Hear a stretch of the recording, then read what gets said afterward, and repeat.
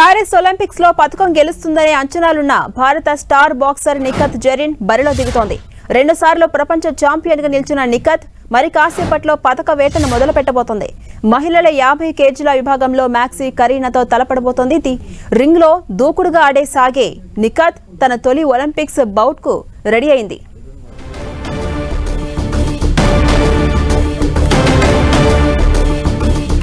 Paris Olympics లో పతకం గెలుస్తుందనే అంచనాలున్న భారత స్టార్ బాక్సర్ నిఖత్ జరీన్ బరిలోకి దిగుతోంది.